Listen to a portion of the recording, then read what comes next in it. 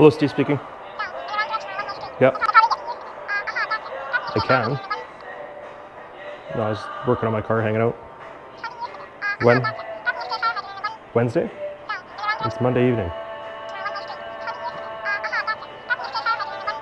Dude, that's like a 9-hour drive. No, I'll be there. Yeah. Just, yeah, it's last minute, that's all. Relax, I'll be there. No, it's fine, I'll make it work. Well, in typical Steve fashion, I've gone and done it again. I haven't even finished this project and I've decided to add something else to it. And that's why this car has taken so long, is because I continue to add things. You know what, if you're new here, let's take a quick walk around and show you what's happening here, because as if I don't have enough going on already. So originally I had the Fast and Furious theme going on. I started taking it off this side. Then I jumped over to the engine on this side and I started cleaning up the M90 supercharger on it, because this car is got a J32 A2 with a 6-speed and an M90 on it. But you know what, I didn't have enough going on. So then I decided to start doing the whole thing in carbon fiber. And then today I decided, you know what, I'm not a huge fan of these seats anymore. So we're gonna redo the seats. And that's just part of what we're gonna touch on. Because while we're out here, we might as well make ourselves productive and do some other stuff. So I already moved the H22 car inside to move the M90 car inside. Let's see what I picked up for some seats, because I'm a big spender and $400 for 2 seats goes a long ways.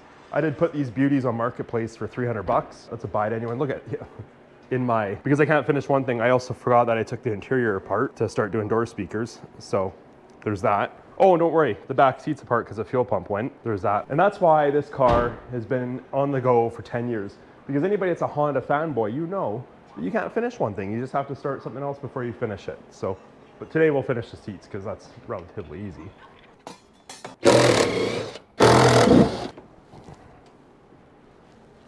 All right, seat was out. That's it. You know what I love about these old classic Hondas? Everything's so easy. Like taking off these brackets, man, so easy.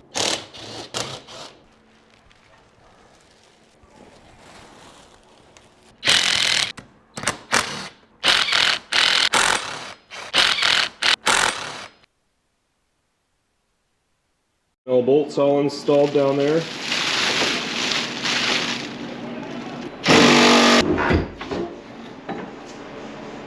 All right, 2 12 mils out of the front. Got the 2 12 mils out of the rear. Use a bigger gun, I guess.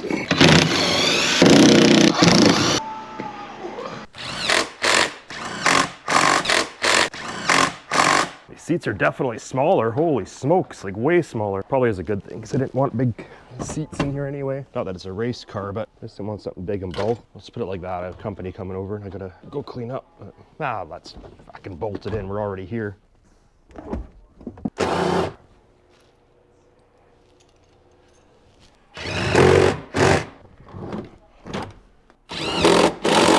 All right, out with the old, in with the new. All right, guys, it's been a couple days here. I've got my Breaking Bad get up on because Tyveks are the best way to stay clean when you're working with this shit. So this is it. It's pretty rough right now. This is just kind of the first step of a few to get it to look like carbon fiber. We'll see here. Helps me take other parts off, but we're not gonna worry about that today. Get this all put in place here. So that's kind of it. And if you stand back, hold on a second here. What the f***'s going on here? You know what? Oh man.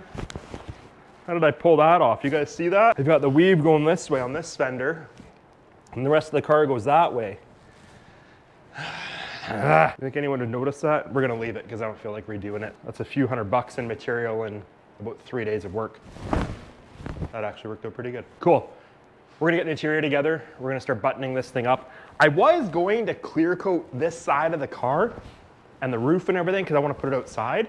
And if you don't clear it with a UV resistant clear coat, then you end up with the epoxy yellowing, which you don't want.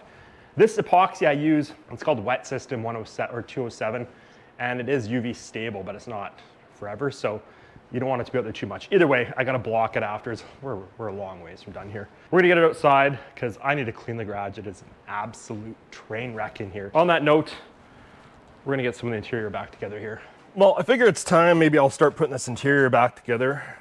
And in the meantime, kind of give you guys a little insight. So plan on finishing the car at some point here. Summer is quickly approaching. And again, as you may or may not know, I work away a lot. So it's tough, but I'd like to get the carbon fiber finished. The car, it is streetable.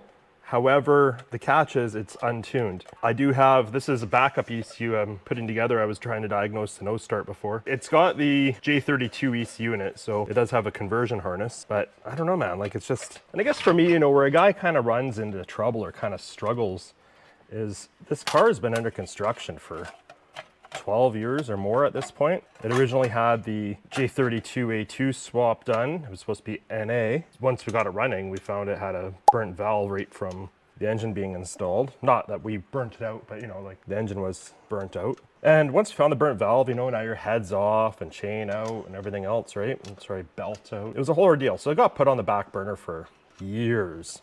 And then I decided one day, a couple summers ago, I gave the car to my buddy Matt Shields here, a local guy, owns a shop. I said, hey man, do you want to just get this valve done so this thing's mobile? So Matt did the valve and life was good. Unfortunately, I had this idea that it needed to have the M90 supercharger put on it. So then now we have the M90 supercharger on here, which opens the whole can of worms because now we have to tune it. But before we tune it, we need a fuel system. So you can see how this keeps escalating, right? I'm going to pull the plug after this is running, call it good for the time being. That way I don't have to worry about anything and just can enjoy it. Now, for the future of the channel, we still have J32 Integra. The turbo car is pretty much done. It just needs a tune. Fuel system and everything's done on that car. We need the tune done on it, which I'll probably do pretty soon here once the snow is gone. And then we have the K20 all-wheel drive CRF that made over 600 of the tire on 20 pounds of boost. That car needs some love, so it needs a bigger wastegate on it because it does have boost creep, a few other small things. I would like to build a hood for it. For those that don't know, I do a lot of composite carbon fiber stuff. So I'd like to build a hood for that car, which would be a fun little project, I think, and go from there. I guess we'll just take things one day at a time. This is the Honda curse, I've decided to call it, because I never had problems finishing projects until I started playing with Hondas. My buddy Donovan, I always gave a hard time to about not finishing projects, and here I am. So, c'est la vie. So guys, I went ahead and spun the car around, and you know, I did drive this car once a few years ago and there was something that didn't work. So I got this car originally from a guy who's the king of having things half-assed and not working, or should be working and don't. Now I know the heater hasn't been working. I also know the fuel gauge and the temperature gauge don't work. The tach works. I think the speedo is off because of the J32 swap, but I'm not too worried about that right now. So I know the fuse is good. You know what? There's a fuse under the hood, a 40 amp. Let's check that. Shit. Put all those there. Let's check under the hood here. And it looks good. Oh, I believe it's a power problem, and I'll show you why when we get back in the car here. The reason I believe it's a power problem is you can see there's lights on here, and none of them light up at all.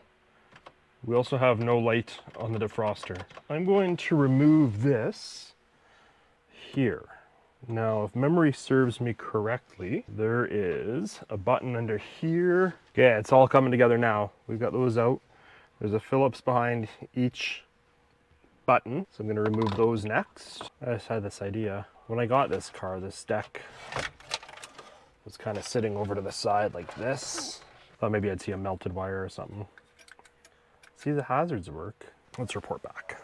So funny, I was just looking at a wiring schematic online to try and figure out what everything has in common, if there's a fuse or a ground or something. And it had this connector. So I came to see if this connector was an issue. It is an issue because it's not plugged in. Now, this connector doesn't actually work the heater, but it is unhooked. Funny, because I did mention that deck was out. Now there's supposed to be two connectors in here. Oh my God, look at this hack job. Oh wait, there it is back there. How am I supposed to get to that? Maybe from out here? Let's see. All right, so this connector over here, can we see it down here? Oh, look at that right there. I just know I'm gonna get my hand in there. Here, so we'll go this way. Oh, it came on. I heard it. Oh, all right. How many of those lights I talked about here? But I can hear the fan blowing. Hazard's good. Defrost still, no. Oh, there we go, now we got lights. The AC won't work. I didn't hear the blend door change, but we do have a defroster now.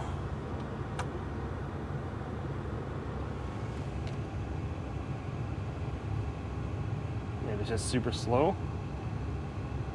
All right, moving in the right direction. Now we gotta reassemble all this shit here. So what's funny is what started all of this was I took this for a drive in fall a while ago. My window was frosting up as I was driving and I went to turn on the defroster and the defroster didn't work, which is one thing. But then I just thought to myself, like, this is a J32 swap. Are the heater core lines even hooked up? Let's go find out together. Where would the heater core lines go in? Brake booster line there. Oh yeah, right down there. We do have heater core lines here, in and out.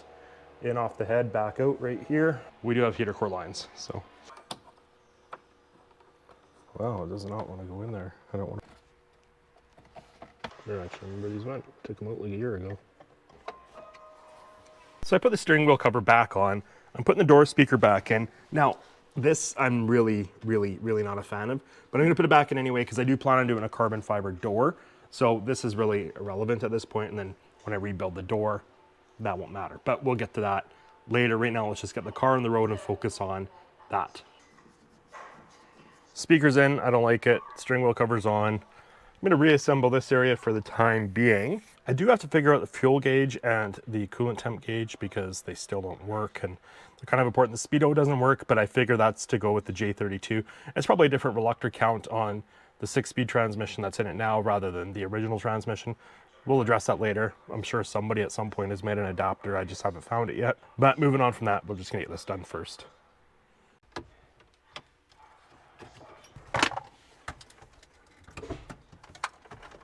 This is awesome to me. I remember when like detachable faceplates were the big theft deterrent thing, you know, like, oh, it didn't have a faceplate so somebody wouldn't steal it. But anyway, now it's on. Cool, well that's done, I guess, and keep moving along here.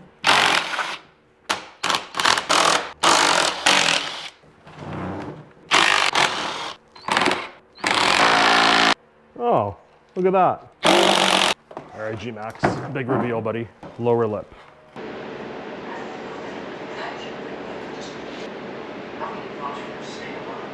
So I don't have a lot of time here. I got called to work. I have a 9-hour drive right away here. Before the 9-hour drive, I have a bunch of packing to do. I did dye the epoxy red though, to match the cold air intake and the front bumper support. So I thought it'd be a cool little touch to put a little, what's the word I'm looking for, contrast in there. That'd be neat. All right, I'm gonna get this on here now and then head to work, and I guess I'll see you guys on the next one.